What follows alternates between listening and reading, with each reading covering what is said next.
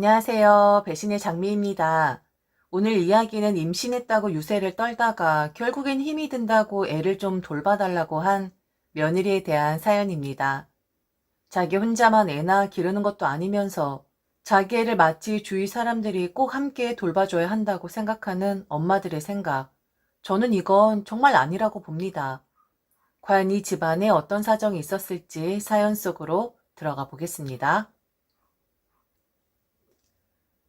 새언니가 임신을 했을 때였습니다. 오빠는 아이를 정말 좋아해요. 결혼을 했을 때 새언니와 함께 사는 것에도 흥분이 있었지만 자기 이세를 갖는다는 것에 더 기뻐했었습니다. 결혼을 한다는 건 합법적으로 아이를 낳을 수 있는 권리와 의무를 동시에 가지는 것이니까요. 왜 오빠가 아이들을 그토록 좋아하느냐? 바로 우리 오빠는 소아과에서 근무하는 간호사거든요. 오빠가 간호사를 시작할 무렵 남자 간호사를 만나는 건 어려운 일이긴 했었습니다. 그런데 이제는 제법 남자 간호사의 비율도 높아지고 대형 종합병원에서 남자 간호사를 드문드문 만나기도 하죠. 오빠는 자신이 하고 있는 일에 굉장한 자부심을 갖고 있는 사람이었고 소아과에서 근무를 하면서 아이들에게 집착이라 할 정도로 애정을 쏟곤 했었습니다. 새 언니도 아이들에게 잘하는 오빠의 모습에 반했다라고 할 정도였으니 오빠가 아이들을 사랑하는 마음이 어느 정도일지 가늠이 되시죠? 오빠와 새언니는 이세를 위해서 많은 공을 들였던 것으로 알고 있습니다. 엄마 아빠도 오빠 부부가 노력을 많이 하니 얼른 아이가 생길 것이라고 당연히 생각을 했었고요. 그런데 오빠의 문제였는지 아니면 새언니의 문제였는지 모르겠지만 그렇게 원하고 갈망했었는데 오빠 부부에게 이세는 쉽사리 찾아오지 않았었죠. 그러다가 결혼 5년 만에 결국 새언니가 임신에 성공을 하게 된 거였어요. 저는 그때만 해도 몰랐었습니다. 아니, 저뿐만 아니라 모든 가족들이 몰랐었죠. 오빠 부부는 이세를 위해 갖은 노력을 기울였던 것으로 알고 있는데 실상 오빠만 급급해하고 조바심을 내면서 이세를 기다린 반면 새언니는 그렇지가 않았다는 것을요. 상대적으로 한쪽이 너무 원하니까, 너무 강하게 원하니까 새언니의 마음은 어떤지 살펴볼 기회가 없었던 것은 사실이었던 것 같아요.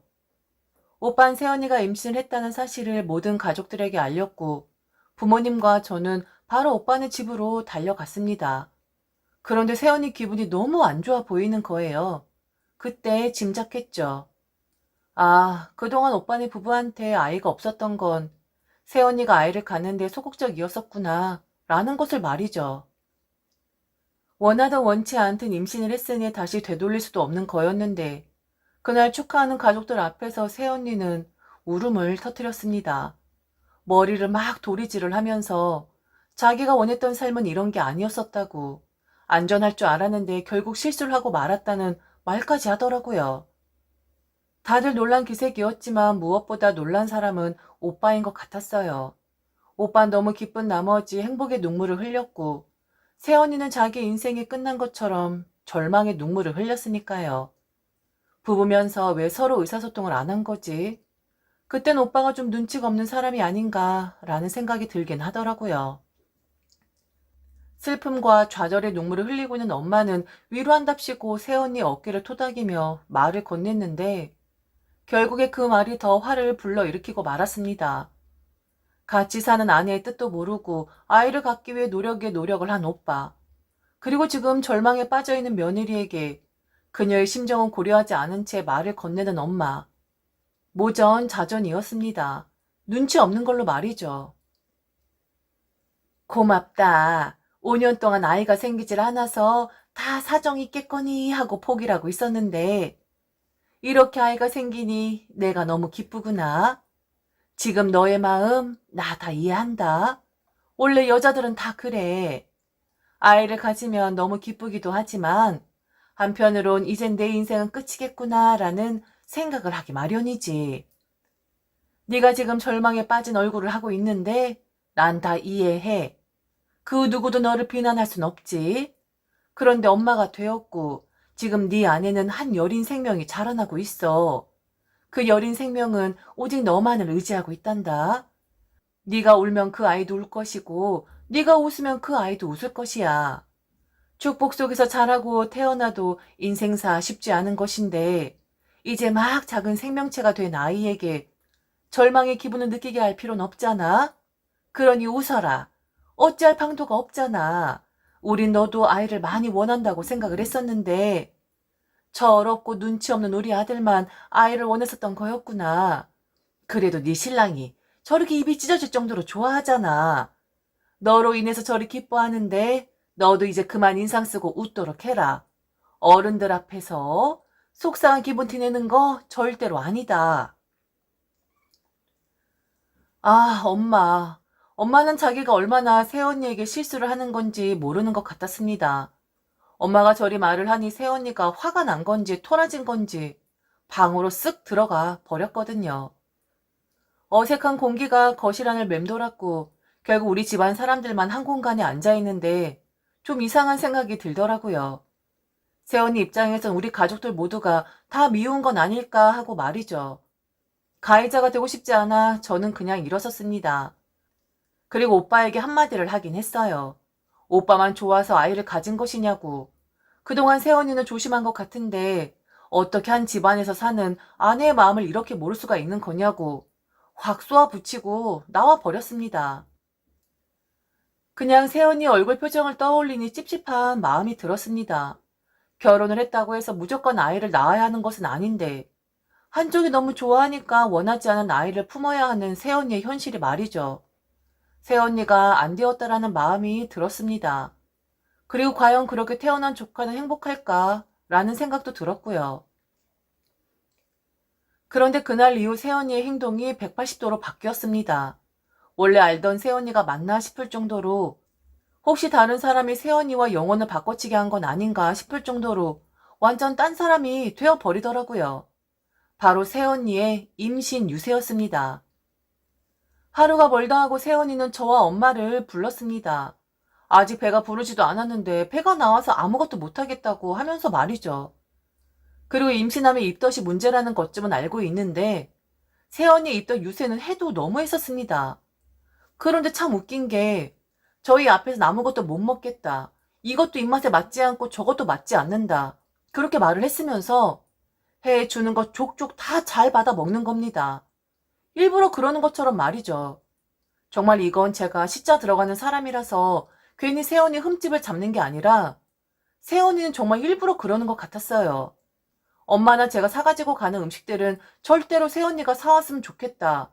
먹고 싶다는 음식들을 가져간 게 아니었습니다.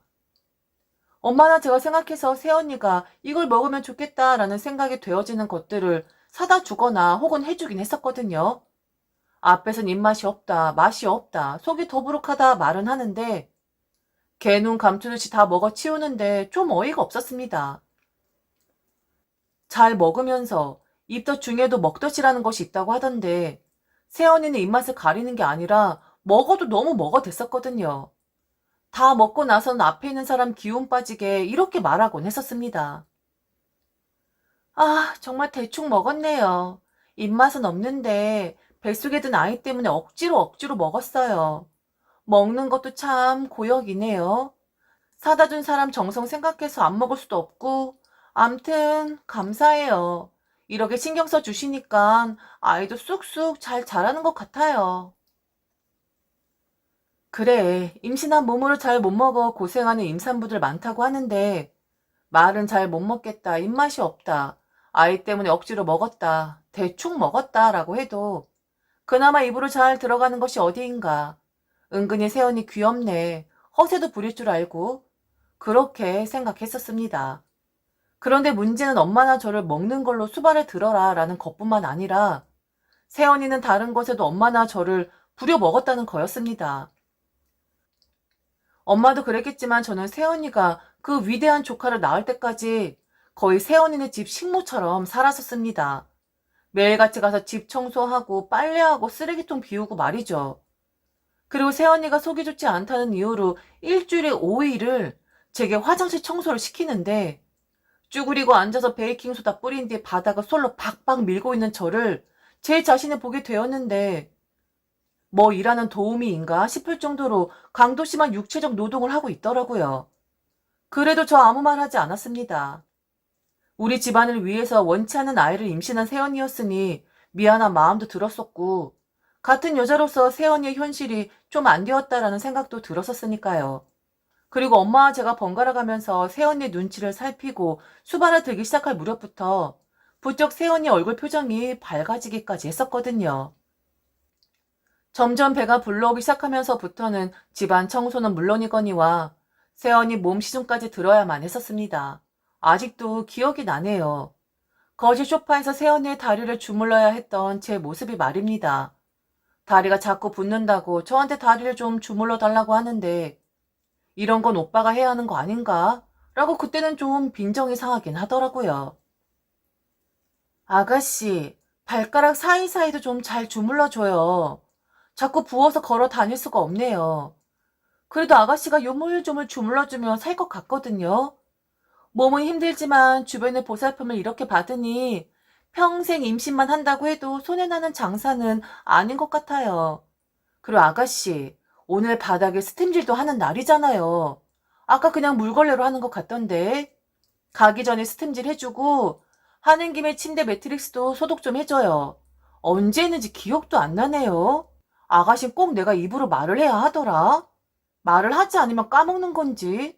아가씨, 정신 좀 차리고 살아요. 임산부보다 정신이 더 없으면 어떡해요?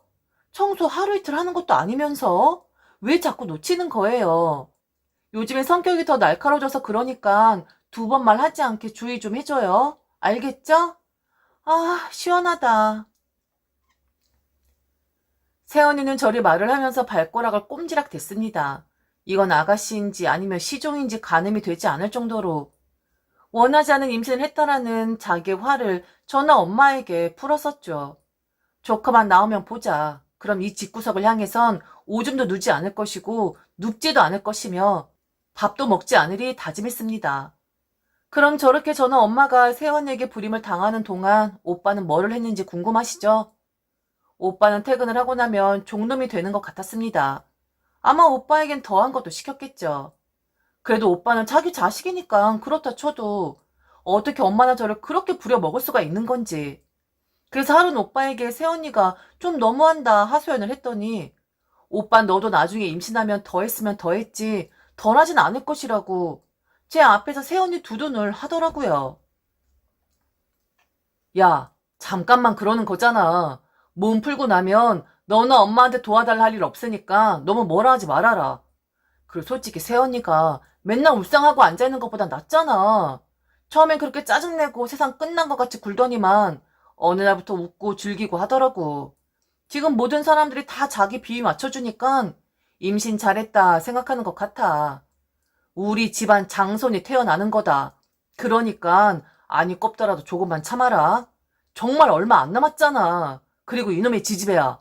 너는 더 했으면 더 했지. 나중에 덜 하진 않을 거다. 너도 그때 니네 새언니 가져다가 부려 먹어. 설마 그때 네 새언니가 너 모른 척 하겠냐? 자기가 한 게 있는데.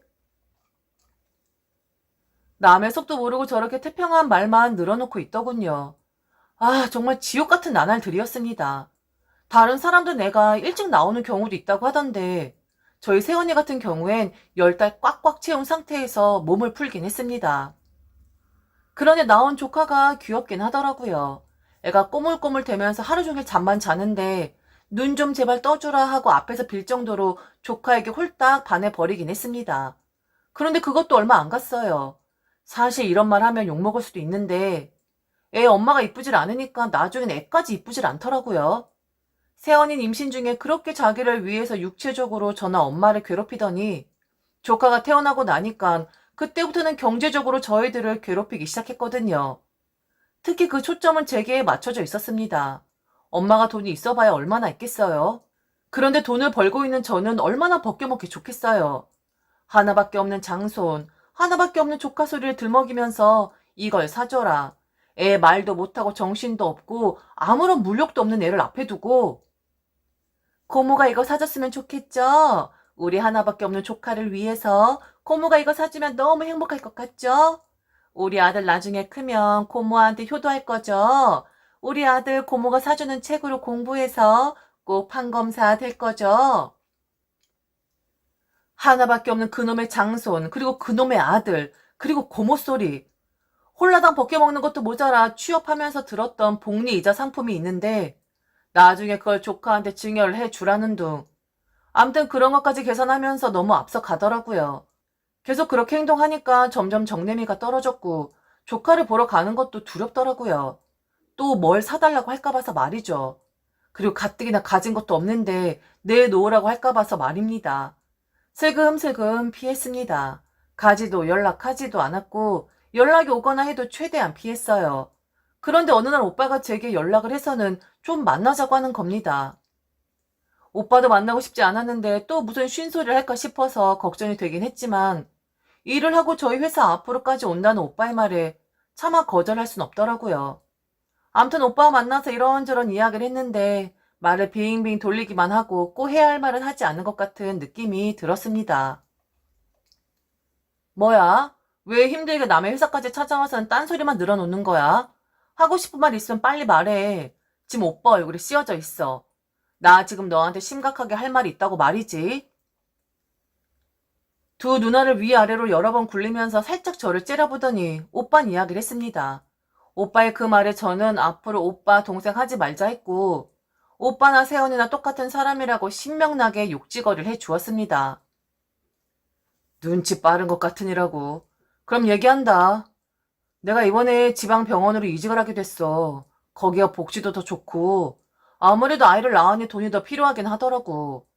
역시 우리 같은 직장인들은 어차피 돈에 의해서 움직이는 거 아니겠냐?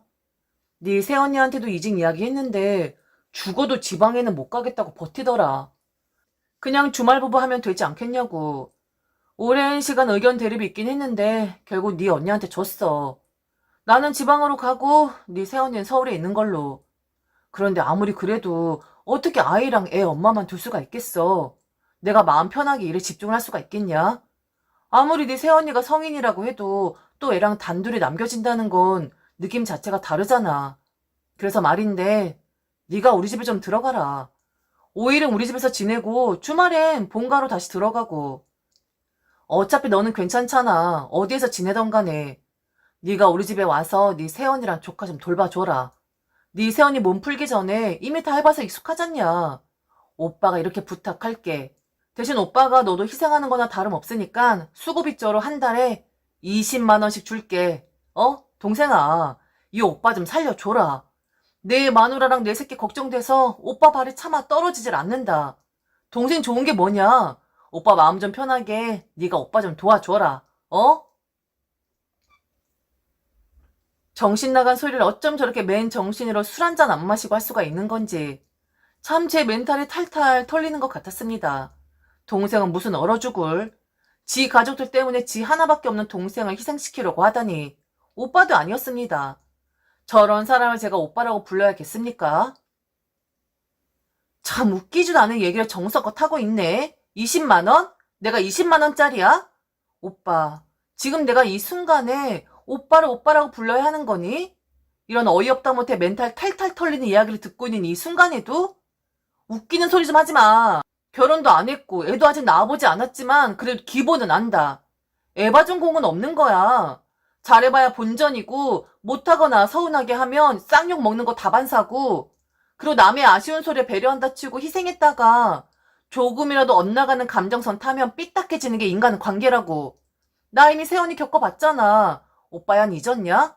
세연이가 조카 가졌을 때 나랑 엄마한테 어떻게 했는지? 나보고 또 그 짓을 하라고? 누구 좋으라고 내가 종노릇을 하러 그 집구석에 들어가는데 가족? 동생? 너는 네 가족만 보이고 원래 가족이었던 네 하나밖에 없는 동생은 보이지도 않냐? 네 가족들 때문에 하나밖에 없는 동생한테 희생하라고 하게? 웃기는 소리 뻔지르르하게 지르지 말고 그거 난 정말 이해 안 간다. 부부가 합의해서 낳아놓고 남의 손까지 빌릴 정도로 쩔쩔 맨다는 게 내 상식으로는 이해가 되질 않아. 솔직히 정상적인 엄마 아빠는 아니라고 보거든? 게다가 미혼인 동생의 힘을 빌리려고 하는 것 그 자체가 오빠나 세연이 같은 사람들이 꼭 그러는 것 같더라. 힘이 든다. 너무 고생이다. 다른 사람들이 좀 우리 사정 좀 봐줬으면 좋겠다. 징징대다가 결국 둘이 또 눈 맞아서 둘째 가지는 것 같더라고. 그 둘째도 주위 사람들한테 징징거리면 어느 정도 도와줄 것이라는 것을 아니까. 난 오빠 부부 일에 관여할 생각 없으니까 그 입 다물어라. 그리고 지금 나한테 말한 이거 꼭 머리에서 지워라. 새언니한테 똑똑히 전해. 난 오빠네 집구석 향해서는 눕지도 않는 사람이라고. 정말 왜 그러냐? 낳기만 하면 다야? 언제까지 징징거리면서 남의 손 빌릴 건데 철 좀 들어라. 확 모든 계급장 떼고 지랄하기 전에. 알겠어? 오빠는 지방으로 이직을 했습니다. 조카는 서울에서 새언니 혼자 키우고 있고요. 가끔은 들여다봐야 하나 걱정이 되기도 하지만 사실 제가 도와줄 수 있는 건 하나도 없습니다. 제가 아이를 낳아본 것도 아니고 그렇다고 조카를 돌봐줄 만큼 시간적으로 여유가 있는 사람도 아니고 무엇보다 저는 그렇게까지 조카에게 큰 정을 느끼고 있진 않거든요. 아이만 딱 놓고 봐선 예쁘죠. 그런데 조카의 부모인 오빠나 새언니가 너무 눈꼴시려우니까 그 아이까지 곱게만은 보이지 않는 거랍니다. 제가 아직 결혼을 하지 않았기에 현실을 잘 모르는 것일 수도 있습니다. 그런데 자기들이 좋아서 자기들이 만든 아이라면 응당 자신들이 책임을 지고 희생을 해야 하는 거 아닌가요? 왜 남의 손을 빌리려 하는 거죠?